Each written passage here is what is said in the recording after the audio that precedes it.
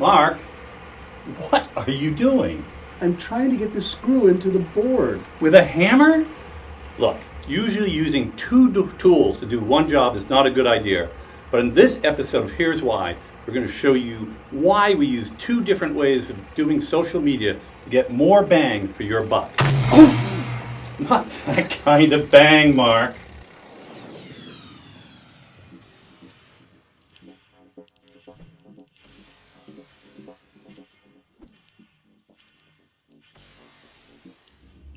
Mark, let's start out with your philosophy on social media automation.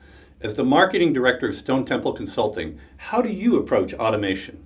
Well, Eric, that's a great place to start because I've seen that there are a lot of passionate opinions out there on either side of the automation debate in social media marketing.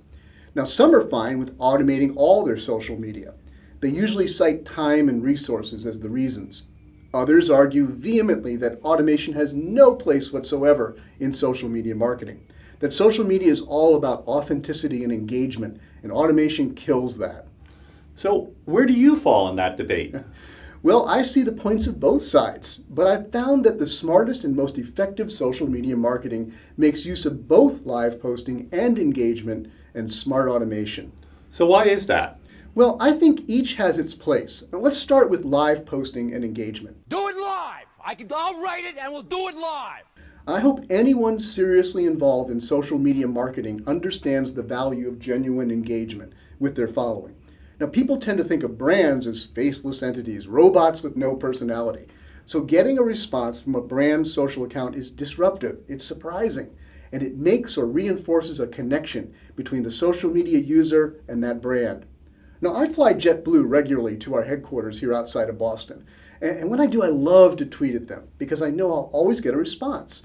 Unlike some other airlines, I find myself engaging with them about more than a complaint or a service request. Like, here's a recent tweet I sent out after returning home from a conference on another airline. Notice the cheerful, very warm and human response from JetBlue. JetBlue works hard to build their brand around a kind of a laid-back, enjoyable, human experience.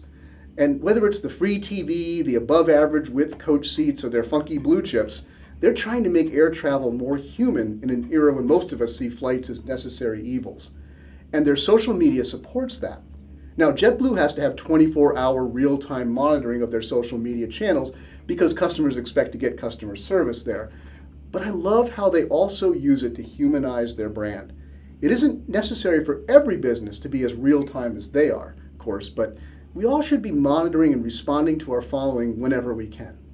But what about the automation side? Doesn't that turn us into an inhuman robot? I mean, doesn't it negate the benefits of live social media? Well, not necessarily. I mean, first off, automation can help with the kind of engagement I spoke about before, if we don't have the time or resources to be on 24 hours. Now, if your customers expect customer service via social media, then that's different. Like JetBlue, you're going to have to hire people to be monitoring real time, right? But most businesses don't need that. Now, you and I can't be on social media 24/7, but we both take moments, right, throughout the day when we check the notifications on our main social channels. That's not really automation, but it's not real time either. But in our case, there doesn't seem to be a need for an instant response. I mean, as long as there is a response. We can cause the same delight to a follower, even if we respond hours later, just because we responded. Now, we also use some tools that monitor social media for mentions of our brand names, both company and our personals, right? So that kind of automation helps us to be more responsive, especially in cases where someone may not have directly pinged us. So what about automated posting, though? So that's usually where the debate kicks in. Now, some businesses still fear that any automated posting looks spammy and will tick off their followers. But in my experience, that just isn't the case. The reality is that most active social users these days follow a lot of accounts, and posts go by pretty quickly in their streams. They aren't looking at those streams all day, so a good deal of the content posted they never see. Now, if you repost your best evergreen content on a regular basis, you're increasing the chances that more of your followers will see it, and many of them will be seeing it for the first time no matter how many times you post it. Now, here's a graph of social media traffic to one of our evergreen blog articles that we reshare on a regular schedule. Now, it doesn't hit every time we share it, But each of those peaks with an arrow pointing to it is another time the post got almost as much traffic as it did when we first shared it. Now, if we'd only shared it once, we would have missed out on all that traffic. So how do you manage that automated reposting then? Well, first, we maintain a listing of all our best performing evergreen content.